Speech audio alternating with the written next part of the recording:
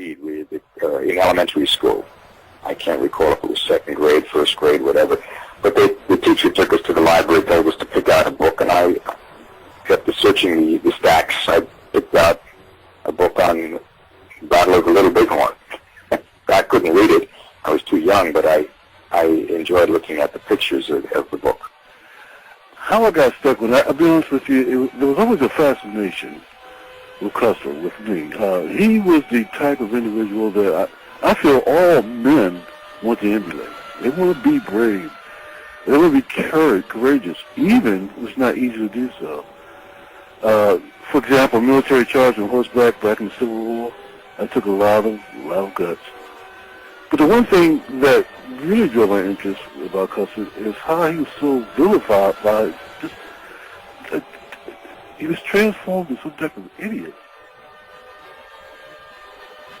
I've always been interested in it. One of the first books I read in grade school was Comanche, the sole survivor of the battle, which of course he wasn't, but the story grabbed me from the very beginning. Custer, it never occurred to him, he had this boundless energy and, was in excellent physical condition. It never occurred to him that the rest of the regiment couldn't also ride all day and all night without rest. After Gettysburg, they're struggling along in the pouring rain and the mud, and he decides it's time for a nap. So he flops down in the nice soft mud under a tree and sleeps for 3 hours, Most people really couldn't do that, but he wasn't aware that other people had limitations that he did not.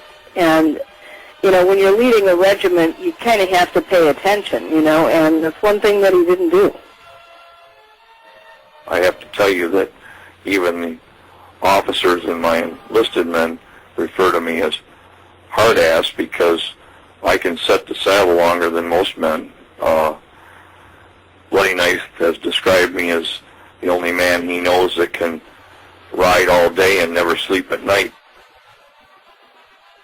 So if you're a cavalry officer, you're naturally going to find Custer sooner or later in your military history readings. And actually, I was never very interested in Little Bighorn. I was just interested in Civil War history and studied Custer from that angle. And only after I'd learned all about him there did I study Little Bighorn in any detail. And, of course, that probably colors my attitude towards Custer because I knew him before he was in the movie Little Big Man. In Little Big Man, he was depicted as crazy, which, is fairly far from the truth. But, people wonder why on earth did he attack this huge Indian village with not enough guys and screw everything up and get killed. And I still think that the answer is everybody screwed up, and you put it all together and you get Little Bighorn. They've never really even shown the family dynamic the way it should have been. Okay, there was 3 brothers that were killed together. That's amazing, And you would think, they got that with Wyatt Earp. You don't show Wyatt Earp and then just Wyatt Earp and then, who's that guy? Oh, fuck that guy. That's his brother and his other brother. And they make a big deal out of the fact that he was with his brothers and they had a lot of loyalty. Well, shit. There's 3 guys that, were riding together and got in a jam and they all died together, plus their 19-year-old nephew, and they had a brother-in-law. Shit, Maggie Custer lost her husband, 3 brothers, and a nephew. That sucks. Well, I think Custer was a fine man. I mean, I admire him. I think he was what you might call brash or kind of hot-headed. He was definitely a bit of an egomaniac. He hit his faults. But overall, I think he was a good officer. I think he was a good commander. And I think he had a good idea in what he was doing at the Little Bighorn. If his subordinate officers, and particularly I'm talking about Reno and Benteen, had followed his orders, I think it would have turned out a lot different. Well, you think Custer would take his little brother and his nephew? And honestly, do you think Custer would really do that, thinking, oh, I'm going to kill my little, you know what I'm saying? Yeah, you got to think about his family that went there. And Mrs. Custer, his mother, lost 5 relatives. His mom, she lost 3 sons, a nephew, and a son-in-law. I mean, it was a bad day for the Custer family.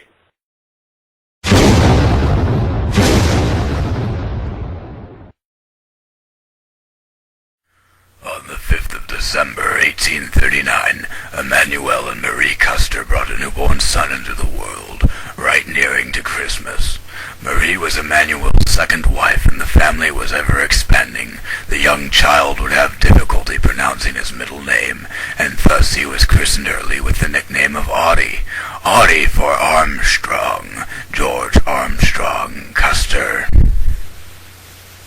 Well, my brother Nevin, he was 2 years younger than me. Actually, I was the oldest surviving child of my parents' union. My brother James and Samuel died in infancy, and so I was the oldest of that union. My parents both had children from a previous marriage, and my brother Bryce didn't spend a lot of time with the family. He was a lot older, and so my mother, who was frail health and always pregnant, seemed like I was raised by my half-sister Lydia Ann, whom I called Ann. She took care of the children to the most part, had a lot to do with bringing up my other siblings as well. My brother Nevin, he was 2 years younger, than Tom followed 6 years behind me, and then Boston a couple years younger than he, and then my kid sister Margaret was born. I think it was 48, but she was a teenager during the time that I was leading the Michigan Cavalry Brigade. And his father at one time, and then later on his younger brother Boston, he would bring on expeditions and put them on the payroll. So at that time, nepotism was quite popular in the Army. Did you have any intel on Boston Custer? Not a lot. He was so young and he hadn't really done much. He was out there for the summer because he had TB, and which was a very, very common ailment at that time. And, you know, when you consider they heated their homes with wood and coal, the atmosphere in their houses must have been just delightful. I mean, that's why they did spring cleaning every year, was because after a winter of heating the house with that stuff, everything was covered with a layer of dirt. You know, and so when they finally could open the windows, they just, you know, wanted to clean everything. And so he was out there for his health, which is, like, so ironic. I don't even need to go there. But, you know, he was the third wild and crazy Custer brother, and he wanted to, you know, be with Tom and Audie, of course. And one of the things they did on the march, he went off on the prairie to, you know, take care of personal business, and while he was squatting there with his pants down, they rode up whooping and firing their guns just to watch him jump. That's the kind of thing that the Custers did to each other. They were totally into practical jokes. They once put their father on an unbroken horse after telling him it was a gentle saddle horse. You know, they were just, and another time a guest got drunk at a party and passed out, so they quick put together a box that looked like a coffin and had a fake funeral, and the guy woke up in the middle of it. I recall very vividly that when I moved to Monroe, Michigan, this was the second move. The first move was when I was about 2.5 years old, and my father had his livestock rustled by some desperados, and he became discouraged, moved back. We lived on a farm west of New Rumley where I was born. But when my sister Lydia Ann met a fellow by the name of David Reed, she eventually married him, and when she became pregnant for her first child, she encouraged my parents to allow me to come up to Monroe, Michigan, and live with her to help with the chores around home, and encourage them with the idea that there was a better educational system in Monroe. So that's how I came to find myself at Stebbins Academy. I would actually walk to school, and her home was on the outskirts of town, and so it was a usual thing that I would have to walk by the prominent Judge Bacon's home. And Elizabeth, or Libby as she was called, would often be out in the yard playing. And we knew of the family, but they attended Presbyterian church. We were Methodist. Judge Bacon was a Republican, and our family was predominantly Democrat, so we had no social contact. But we knew of the family, and she knew of our family, and it was this one particular day when I walked by, and she was swinging on the gate, and she had been goaded by her girlfriend, Laura Noble, to holler, "Hello, you Custer boy." And when I stopped and turned to look towards her, her face turned beet red, and she ran into the house. But it wasn't until November of '62, when I was a captain on General McClellan's staff, that I came home on leave and was invited to Boyd Academy, where she had graduated that past June. There was a soiree that was going on, a Thanksgiving party, if you will, and her escort for that evening was Conway Noble, Laura Noble's brother.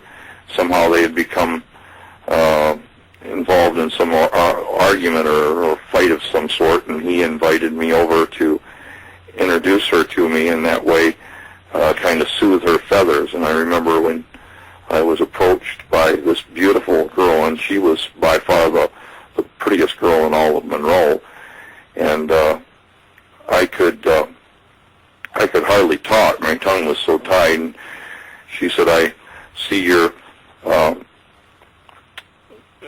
advancements have been quite rapid." And I said, "I've been very fortunate," and that's about all I said. The rest of the evening I spent just smitten by her and just staring at her as she danced on the dance floor and graced that evening. So all during the next week when I was home on leave, anytime she needed to go downtown, the Millery or the shoe store or wherever, I was always there to escort her, and even started attending the Presbyterian Church. I went and sat in a pew so that I could be in a strategic alignment so I could watch her every movement.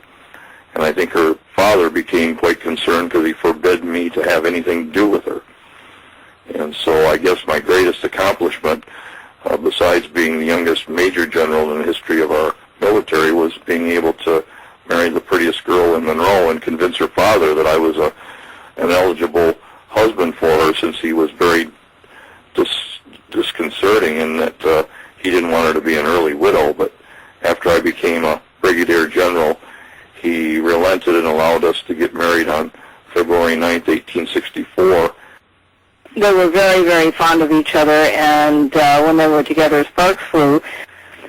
You know, she wrote the 3 books, Tending on the Plains and Boots and Saddles and Following the Guidance. And you know, they were very popular books at the time they were published, and still are today. And you know, he was her hero. He was the golden boy general of the Civil War, and she made sure that everybody saw him in that light. And she was such a strong personality, nobody dared write anything negative about him until after she died. And one of the very first negative ones came out literally the year after she died, Glory Hunter by Frederick Vandewater. His relationship with the housekeepers, his pets, all sorts of little adventures they had on the trail. This is the value of her book, and it all comes through. So she's an excellent writer. I mean, she's a very talented writer. So yeah, if you want to get to know the personal Custer, his personal life and his personality, her books are very good for that.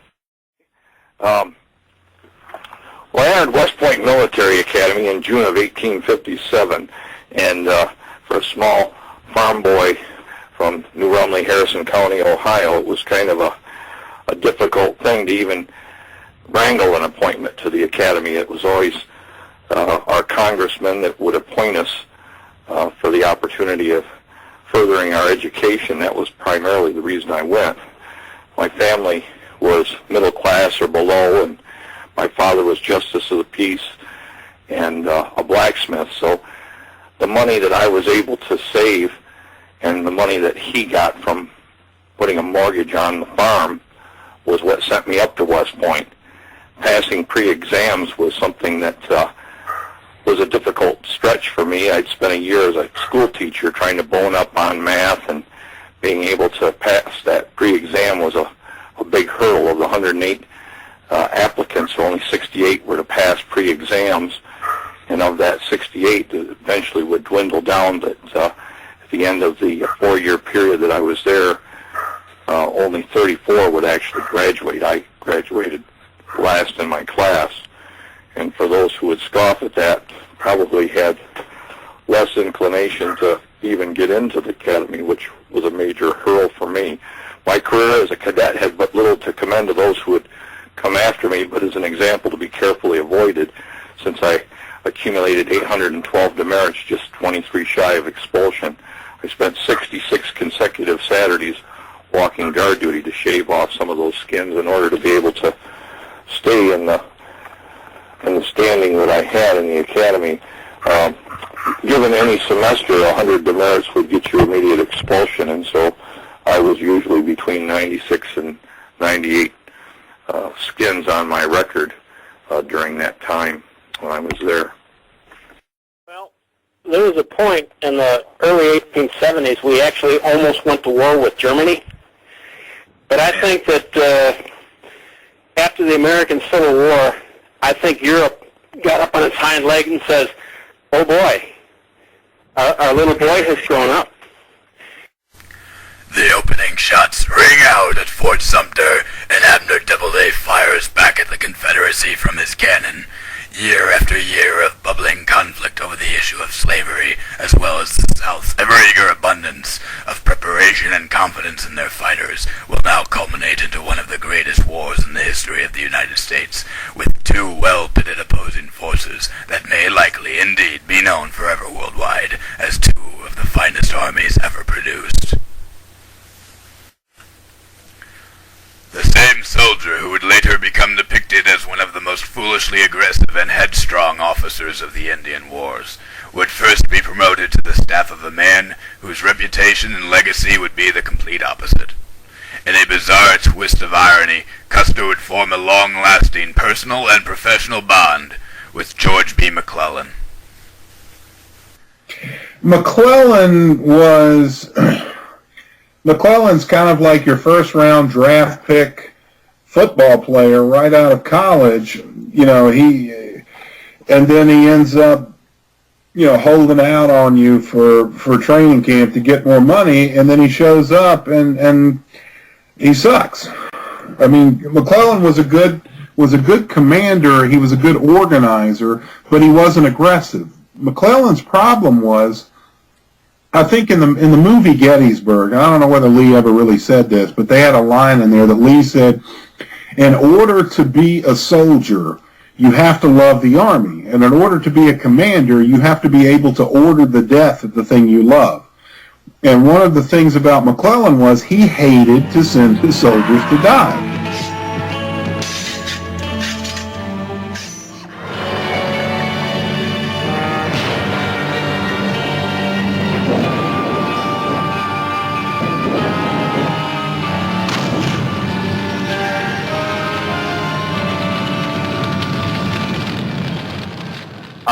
Yeah, I admire McClellan a lot, but I also do agree with Lincoln, too. McClellan was a man who wanted to lead a professional army, didn't really understand leading a citizen army, and he wasn't about to take any citizen army into war. He wanted to get it trained up as well as the small regular army was, and he would have been fine with that. He wasn't about to risk. He didn't think his professionals could fight. He didn't have much cavalry because he didn't think he had time to train any cavalry that would be worth anything. So pretty much he was a man who would have been comfortable in today's army with a professional force, but was not the right kind of leader for the kind of army that we had to raise for that war. So I think Lincoln did the right thing trying to find a general who would win a war before the 5 to 10 years it would take to train up a regular force. But he was a great officer. He was relatively young for his time, a brilliant man, and of course I really don't like the way he turned out afterwards. Went against Lincoln and would have been part of a peace party. Had he won that election, we'd have two nations today and not one United States of America, most likely. So I was very happy the way things turned out. I think Lincoln made the right choice. He had good intuition. He got rid of McClellan. He got rid of Pope. He got rid of Hooker. He got rid of Burnside. So he went through kind of the whole Union High Command until he found Meade, who actually won a battle, and then he got rid of Halleck and put Grant in Halleck's place. And then people always talk about Lee and Grant, but they don't realize that Robert E. Lee, or that General Meade was still the actual commander of the Army of the Potomac, and Grant decided Lee was the most important thing to beat, so he gets the credit, but Meade was actually still the Army commander, so it kind of again obscured Meade, who was a pretty competent general. His nickname was the goggle-eyed snapping turtle, and he looked like it. And Meade is another general who he was the first commander to ever defeat Robert E. Lee in an open battle. And if you think about, even Grant never was able to defeat Lee in the same way up until he just beat Lee in a war of attrition, which Lee could never win. But Meade was really the only Union commander that ever defeated Lee head-to-head in a battle. But because Meade did not get along with reporters, he didn't like reporters, and he wasn't good at promoting himself, he never really was able to get that kind of sexy prominence that some of the other generals that he served with did. Under McClellan, Custer would lead 4 companies of the 4th Michigan Infantry into a fight across the Chickahominy River, where they captured 50 Confederate soldiers and the first Confederate battle flag of the war, 5 of which being captured by Custer himself, as well as the flag. McClellan rewarded him with a staff position as well as a temporary rank of captain, but he soon reverted back to first lieutenant when McClellan was relieved of command. In this photograph, we see Alfred Pleasanton's headquarters at the Castle Murray. Custer fell into the hands of Pleasanton, who was commanding a cavalry division. Under Pleasanton, Custer rapidly rose in rank, going quite a bit higher than before, and he began wearing extravagant costumes to the battlefield. In this photograph, we see Custer seated next to Pleasanton in the same such outfit of black velvet and gold trim, often topped off with a spectacular red tie for which his soldiers would later adopt into their own uniforms, causing George Crook and others to refer to them, often deridingly, as the Red Tie Boys. Alfred Pleasanton was like a father to me.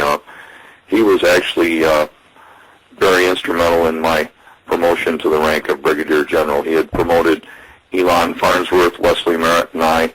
At the same time, he recommended to General Meade. General Meade had just taken command of the Army of the Potomac, replacing General Hooker, and Meade asked General Pleasanton what was his thoughts about the cavalry. And he infused the idea of young blood being introduced, and we became the boy generals. Pleasanton's best thing was he found all those great young officers and promoted them. That was terrific. And he could shove aside some of the older Army guys to do what he wanted. He was kind of in the middle. He wasn't an old Army guy, but he wasn't one of the newest guys either. He was somewhere in the middle and was independent enough thought. So he pretty much did what he wanted. Now, he himself wasn't the best operational guy, wasn't the best combat leader. He was a pretty good manager. 3 youngsters in their 20s he promoted over dozens of older and less competent soldiers. The boy generals were the youngest in U.S. history. They came distinguished for their reputations as being fierce and brave, as well as technically innovative, some having one, the other, or all of the above categories, depending on which man.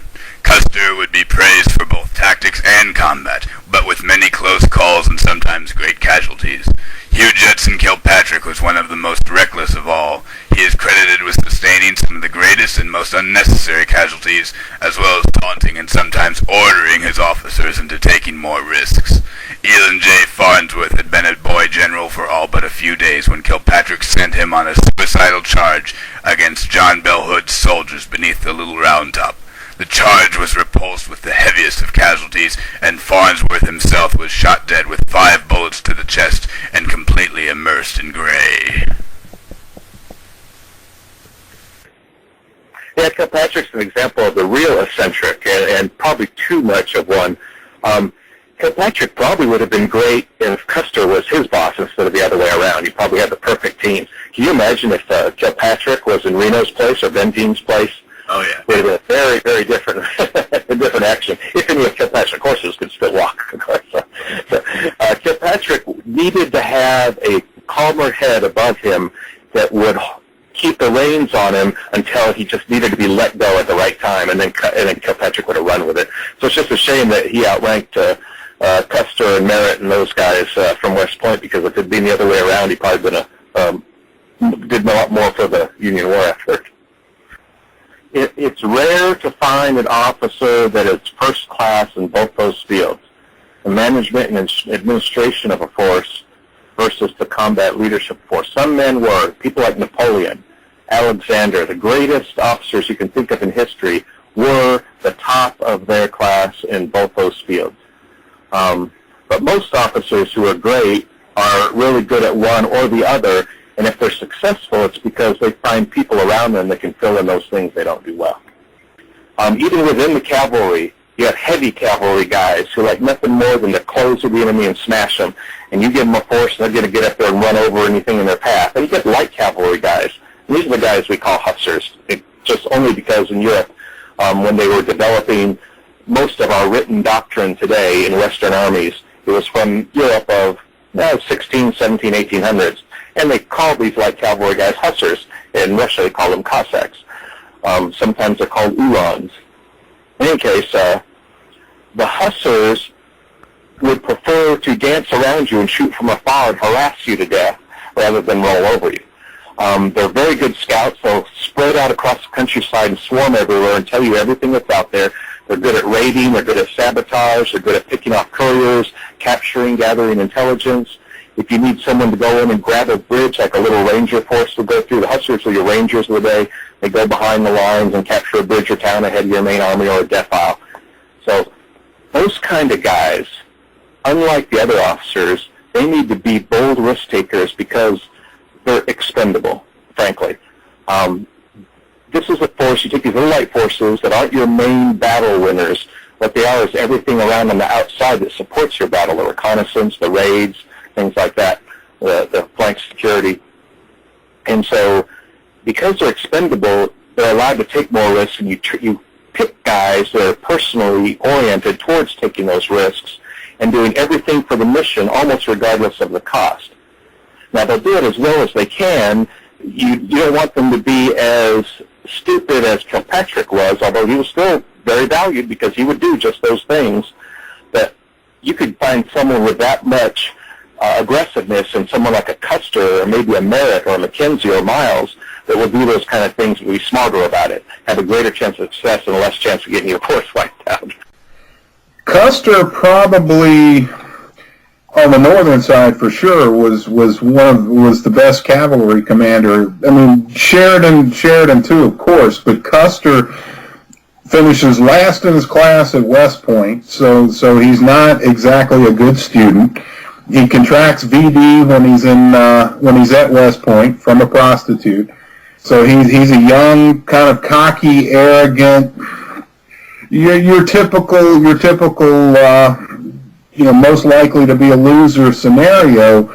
Yet he was born to be a soldier. And when Custer got into fighting during the Civil War, he was an incredible cavalry commander. People don't realize what Custer did during the Battle of Gettysburg, or what's now called the East Cavalry Field, was essentially on the third day of the battle during Pickett's charge, Stuart sent a cavalry attack around the rear of the Union Army, and Custer opposed him so stiffly that he stopped Stuart's advance. And if it hadn't have been for that, you could argue that perhaps Lee's army could have come around and wrecked the rear of the Union Army, and the battle could have turned out differently. So Custer was an amazing cavalry commander, but then after the war was over, he lost his rank. He was a brevet major general. They dropped him back to a lieutenant colonel, and They dropped him all the way to captain, actually, at first. oh, was it all the way to captain? Yeah, and Custer, all he's remembered for really is Little Bighorn, which I've been to Little Bighorn once, and it really is a beautiful, if you can say a battlefield's a beautiful place, it's a beautiful battlefield, but it's a shame that that's all he's remembered for, because Custer was a pistol. Even at the surrender at Appomattox, Custer tried his damnedest to get Lee to surrender to him personally. It just didn't work out that way for him. Longstreet kind of put a foot in his ass. I would say that Sheridan got the lion's share of the glory, and Custer was just young and impetuous, and I think he was looked at as a great commander by the people that served with him, but he didn't attain because of, I would say probably a lot because of his dandy, or one of his nicknames was Audie or Cinnamon. So, the guy, he was looked at, like Jeb Stuart a little bit in the prissy kind of way. So I just don't think he got the same kind of respect as Sheridan, who was more of just a hard ass. I admired Philip Sheridan very much. General Sheridan, sometimes my wife refers to him as Uncle Phil. He and I came up with the same kind of upbringing. Our backgrounds were very similar. The fact that we had both attended West Point, we had that in our commonalities, if you will.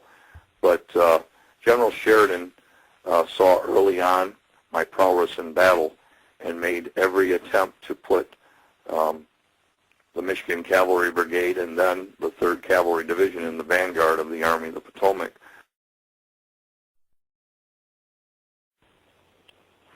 Brandy Station was the biggest cavalry battle of the war, and Stuart loved pageantry, and he loved parades, and he loved reviewing his troops. So he was having one of his usual, we're getting ready to go off to the Battle of Gettysburg, so let's have a grand review. And the Union troops thought, what a great time to attack. So they attacked Stuart. It was the first time the Union cavalry had ever held their own against the Confederate cavalry. They performed very well, even though they didn't win. What it did was it embarrassed Stuart and got his dander up, and I think it made Stuart a little bit more rash on the Gettysburg campaign and could have contributed significantly to the South losing that battle. George Armstrong Custer ascended to the charge of the 3rd Division following his performance at the Battle of the Wilderness. At the Battle of Yellow Tavern, a soldier from Custer's 5th Michigan mortally wounded Jeb Stuart. Yeah, Yellow Tavern was really kind of, in the grand scheme of things, the end of any major Confederate cavalry action on the Eastern Theater. I mean, obviously there was fights and skirmishes after that, but Yellow Tavern really was kind of a Waterloo for the Confederate cavalry. It was Sheridan versus Stuart. Sheridan was trying to sneak into Richmond. Stuart got in front of him, and unfortunately for Stuart, he got shot in the stomach by a Union soldier who would end up himself being killed 2 weeks later at Hall's shop. And Stuart was mortally wounded. He was taken to, I think, the house of his brother-in-law on Clay Street in Richmond, where he died before his wife was able to get there to be with him. I think Jeb Stuart was the best cavalry commander of the war on both sides. I think Stuart had his faults, like everybody does, but Jeb Stuart, I believe, was definitely the best cavalry commander produced in the American Civil War, and I think he proved that time and time again. I think the Gettysburg, where he really got his reputation, took a hit at Gettysburg. I think you could lay as much of that blame on Robert E. Lee with vague orders and allowing Stuart to go off on his own. And you can also give Joe Hooker a little bit of credit for being able to shadow Lee a lot quicker and a lot more effectively than Lee thought he could. And I think you could give a little bit of both of those. But I think Stuart catches the blame because nobody really wants to lay any kind of a blight on the memory of Robert E. Lee. Well, I have to tell you that my foremost opponent through the Shenandoah was my old classmate, roommate from the academy, Tom Rosser, and I think by far he was probably one of the finest cavalry officers in the service. Taught him everything he knew when he was there. He was a West Point dropout, a college dropout, if you will, but yet he went on to become Lieutenant General of the Confederate Army after the surrender at Appomattox. I didn't see him again until we were up on the High Yellowstone in '73. I was protecting the Northern Pacific Railroad surveyors. He happened to be on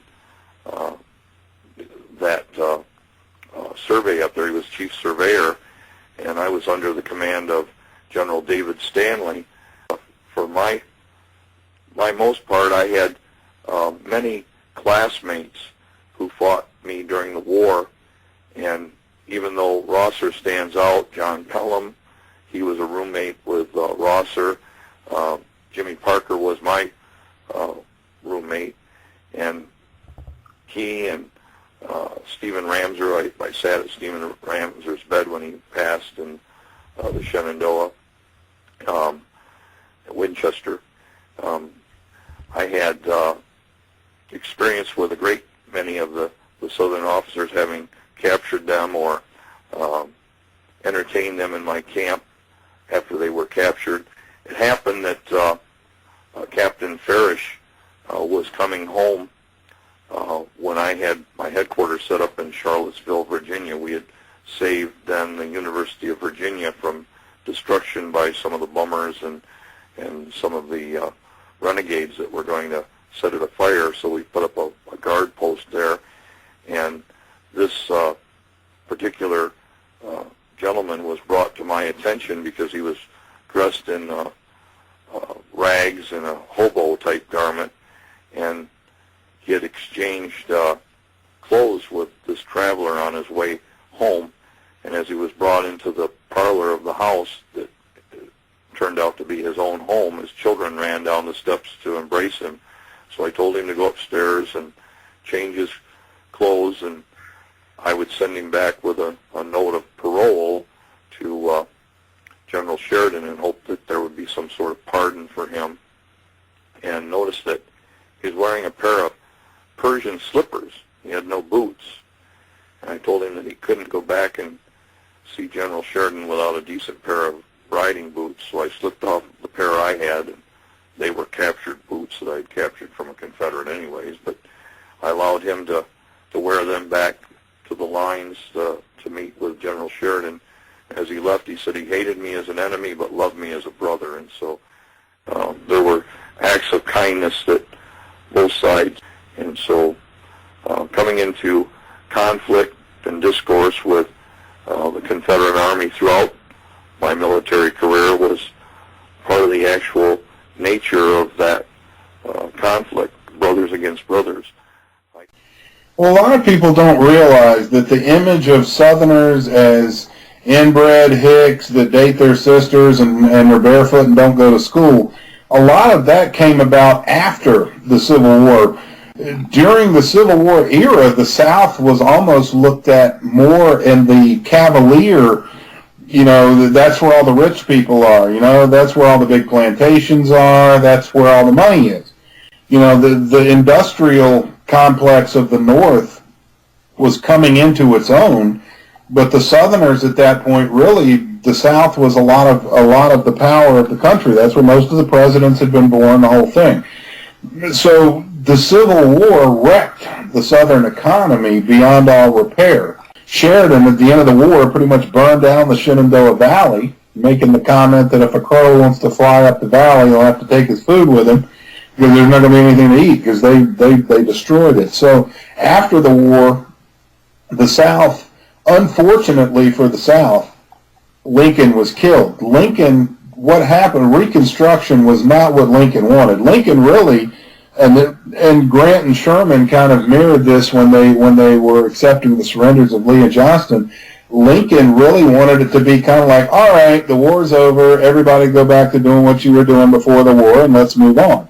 He really wanted it to be that way. His party, the Republican Party at the time, the radical Republicans and the abolitionists, wanted to punish the South. They felt like, essentially the reparations mentality that was put on the Germans after World War I. It was like, you guys caused all the trouble, we won, so now you're going to have to do things our way and like it.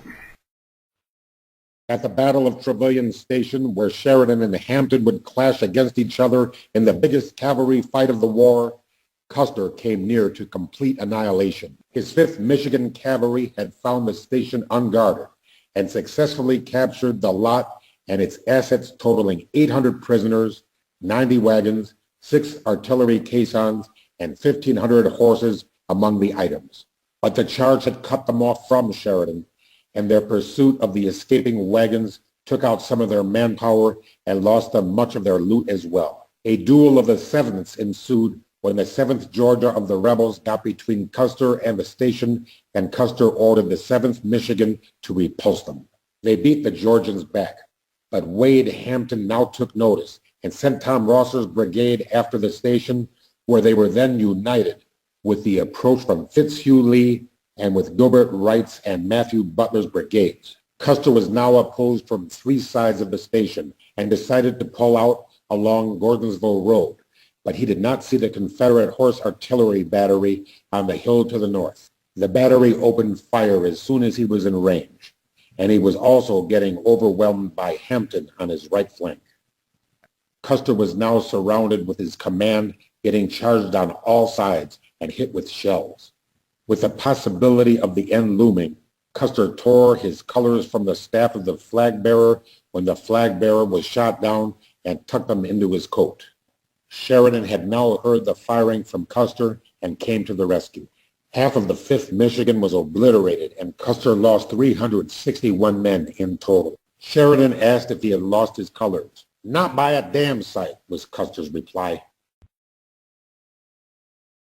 Yeah, Cedar Creek really was kind of the end of the Confederate presence in the Shenandoah Valley. I mean, the Confederates, it was kind of like the Battle of Shiloh. They did really good at first, and Sheridan had ridden to Washington and wasn't even with his army when they were first attacked, but he, hauled ass back and was able to rally his troops who were being beaten rather badly, and then were able to turn them around, and they won what was a huge victory and kind of really scattered Early's army.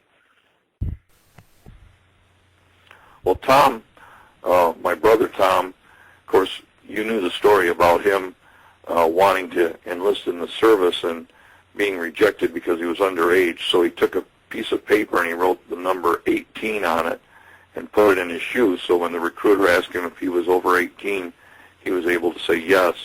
And he joined the 22nd Ohio Infantry. He spent a great deal of time in the Western Theater.